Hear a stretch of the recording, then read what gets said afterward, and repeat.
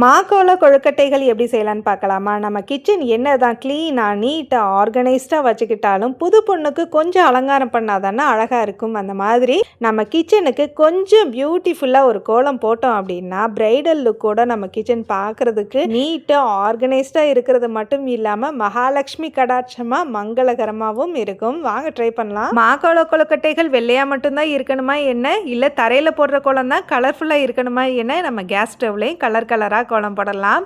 அதுக்கு ஒரு கப்பில் இருந்து எத்தனை கப்பு வேணாலும் உங்கள் தேவைக்கு ஏற்ற மாதிரி பச்சரிசி எடுத்துக்கோங்க. ஒரு 4-5 கழுவு நல்லா அலசி எடுத்துட்டீங்க அப்படின்னா நல்லா பளிச்சுன்னு விளைவிலேன்னு இருக்கும். மாக்கோல கொழுக்கட்டைகளுக்கு முதல்ல பச்சரிசியை அரை மணி நேரத்துலேருந்து 1 மணி நேரம் வரைக்கும் ஊற வச்சுக்கலாம். இல்லை நைட்டே ஊற வைக்கணும்னா கூட நீங்கள் ஊற வச்சு எடுத்துக்கலாம். அப்புறம் என்ன, ஊற வச்ச பச்சரிசியை மிக்சர் ஜாரில் சேர்த்து ஒரு 4 அரை அரைச்சோன்னா ஃபைன் பேஸ்ட்டாக வந்துடும். ஃபர்ஸ்ட் பேட்ச் ஒயிட்டாகவும், செகண்ட் பேட்ச் எல்லோவாகவும், தேர்ட் பேட்ச் ரெட்டாகவும் எடுத்துக்கோங்க. அதை மாற்றி கூட உங்களுக்கு தேவைப்பட்ட மாதிரி எடுத்துக்கலாம்.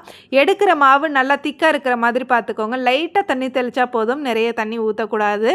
அரைச்ச மாவை ஃபில்டரில் போட்டிங்க அப்படின்னா ஒரு ½ அன் ஹவரில் செட்டில் ஆகும். கொழுக்கட்டை மாவு மாதிரி வந்ததுக்கப்புறம் கொழுக்கட்டைகளாகவும் பிடிச்சி வச்சுக்கலாம், இல்லை குட்டி குட்டியாகவும் பிடிச்சி வச்சுக்கலாம், இல்லை சாக் பீஸாகவும் பிடிச்சி வச்சுக்கலாம். பிடிச்சி வச்ச மாவை நல்லா வெயிலில் காய வச்சிங்க அப்படின்னா அவ்வளோதான், மாக்கோல கொழுக்கட்டைகள் ரெடி. ஒரு தடவை மாக்கோல கொழுக்கட்டைகளை கேஸ் ஸ்டவ்வில் போட்டு பாருங்களேன். இது கேஸ் ஸ்டவ்வா இல்லை அன்னபூர்ணியின் சிம்மாசனமான்னு கேட்பீங்க.